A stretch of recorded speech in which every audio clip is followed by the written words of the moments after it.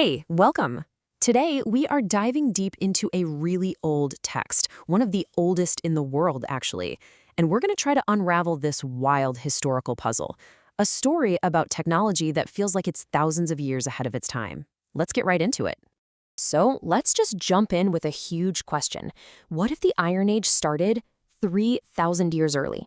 I mean, it sounds kind of crazy, right? But believe it or not, there's an ancient account that seems to say exactly that. Okay, so to really get our heads around this, we've got to look at some pretty surprising claims from the book of Genesis. We're talking specifically about chapter 4, which, describes the world when it was super young, just a few generations after the very first people. I mean, the speed of innovation they talk about here is just wow. So, the text mentions domesticating animals, right? And organized farming. Okay, that seems plausible. Then, it talks about building a city, probably more like a permanent settlement, but still.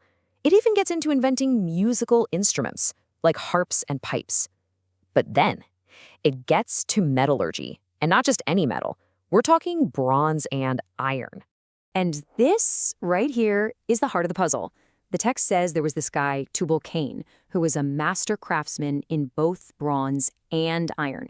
And this is all happening, supposedly, in the earliest days of humanity. So you have to ask, how on earth does that line up with what we know from, digging things up? Well, spoiler alert, it doesn't line up. Not easily, anyway. In fact, it creates this huge clash with the historical timeline we've all learned. Let's actually look at how big of a conflict we're talking about. So conventional history, the stuff based on what we've actually found, tells a completely different story. The first real villages, they show up around 5000 BC. The Bronze Age, that doesn't really get going until 3000 BC. And the Iron Age, man, that's way, way later, starting around 1200 BC. So you can see it right there. There's this enormous gap between that timeline and what Genesis is describing. And just to put this into perspective for you, the source material points out that famous conflict between the ancient Israelites and the Philistines, right? That happened around 1000 BC. And the whole thing was basically defined by the fact that the Philistines had better iron tech. That was a huge deal then, literally thousands of years after the time Genesis 4 is talking about. So this all leads to a pretty obvious question, right? How do you explain this? Is the ancient text just wrong? Did they just get their history mixed up? Or is there maybe another way to look at this whole puzzle? Well, the source material we're looking at puts forward a really fascinating idea. You could almost call it the lost civilization theory. Okay, so the idea goes something like this.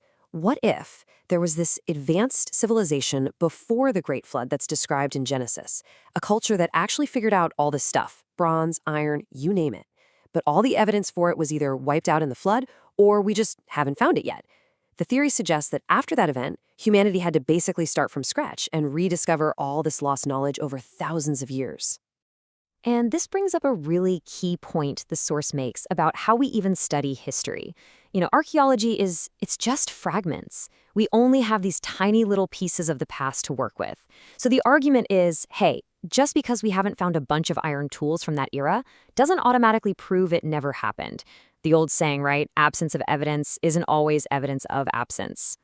But okay, is there any evidence at all? Well, while there's no widespread slam dunk proof, the source does point to a few really intriguing artifacts, things that just don't quite fit the normal timeline. You could call them archaeological oddballs, really. Okay, look at this date, 2400 BC. Now, what's so special about that? Well, check this out. An iron dagger was discovered in the tomb of a ruler in ancient Anatolia. That's modern-day Turkey. And it dates right to this period.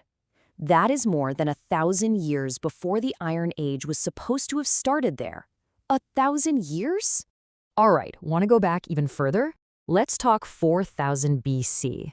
So, in Egypt, they found these little iron beads in the remains of pre-dynastic Egypt, and they date as far back as 4000 BC. Now, to be fair, the mainstream view is that this early iron probably came from meteorites, metal that literally fell out of the sky, not from smelting ore out of the ground.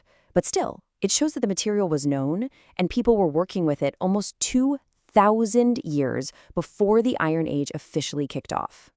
So, look, the big point here isn't that these artifacts are definitive proof of the Genesis story. That's not what the source is arguing. The idea is that they should make us stop and think. Maybe we shouldn't be so rigid with our historical timelines.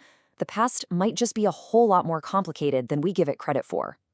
But you know what? This whole historical puzzle might not even be the most important part of the story, because the text isn't just giving us a shopping list of inventions. The way it talks about all this technology is tied into a much deeper story, a story about human nature, about pride, and about our purpose. See, what happens in the narrative is that after the very first murder, humanity splits onto two different tracks. You have the line of Cain, the murderer, and then you have the line of Seth, who kind of replaces his brother Abel, who was killed.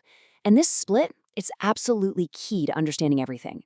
Difference between these two paths is, well, it's night and day. The line of Cain, that's where you find all the tech and cultural innovations. They're building cities, making music, forging metals.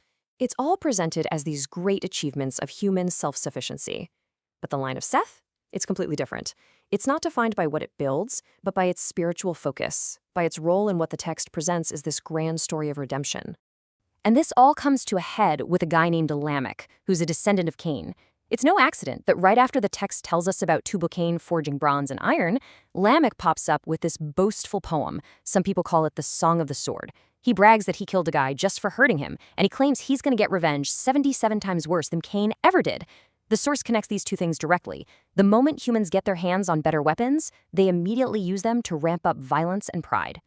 And all of this leaves us with this one final, really powerful question, a question that echoes from this ancient story right into our world today. Is our technology, all our incredible human innovation, is it something that just naturally leads to more pride and self-sufficiency, or can it be used as a tool for something bigger, for a higher purpose? That's definitely something to think about.